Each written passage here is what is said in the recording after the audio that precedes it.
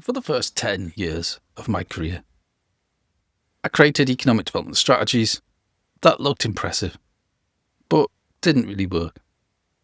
Beautiful documents, comprehensive action plans, good intentions everywhere, but little actually changed.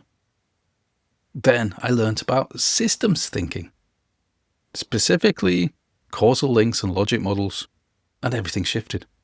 Let me show you what I learned.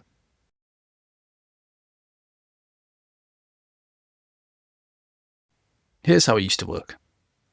Identify a problem, propose a solution. Let's create an innovation center and a business incubator. Implement it, cut a ribbon, hope for the best. And then nothing much happens.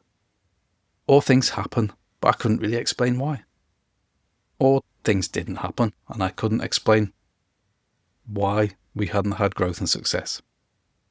I was missing the causal links. I didn't understand how my intervention was supposed to create the outcome I wanted. Then I discovered systems thinking. Here's the core idea. Economic development isn't a list of isolated projects. It's a system. Everything is connected. When you support a business to grow, that affects jobs, which affects skills demand, which affects training provision, which affects productivity, which then affects wages, which affects household spending, which then goes on to impact other businesses. You're not pulling a single lever. You're intervening in a complex, adaptive system. Once I understood this, I started asking different questions. And the specific tool that changed my practice is called a logic model. It has 5 elements. Inputs, what resources you're putting in, money, time, people, assets. Activities, what you're actually doing with these resources, the actions you're taking. Outputs, or the immediate accountable results. How many businesses have we supported? How many people have we trained?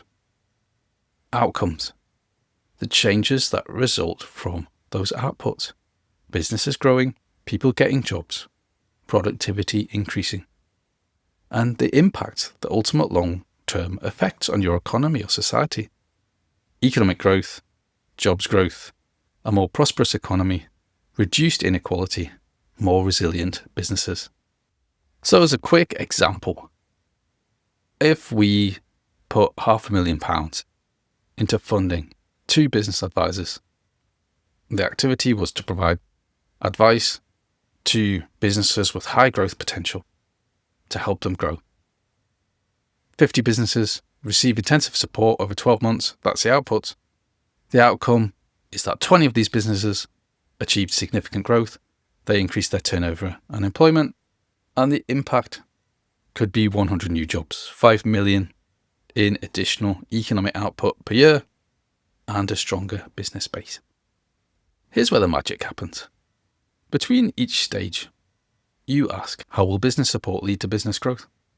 What's the mechanism? Is it a better strategy for the business? Is it better marketing, access to finance, or better leadership? If you can't answer how, you don't actually have a theory of change. You have hope. This process forces you to be explicit about your assumptions. And that's where you catch the flaws in your thinking before you waste a year and £500,000. Here's an example. An innovation centre. The input is £5 million to build an innovation centre. The activity is to provide co-working space and meeting rooms. The output is 30 companies housed in the building.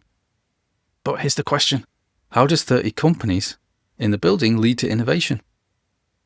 Most strategies for innovation centres stop at providing space. But that's not enough. You need to add the causal links. The space brings companies together, which creates opportunities for collaboration, which leads to knowledge exchange, which leads to problem solving, which leads to new products and services, which leads to business growth through innovation. But for that to work, you need to deliberately design for collaboration, not just provide desks. So, do you see the difference? The logic model forces you to design your intervention properly, not just hope it works. Now, here's an action for you. Take your next project, any project, and map it using this framework. What's the activity? What's the output? What's the outcome?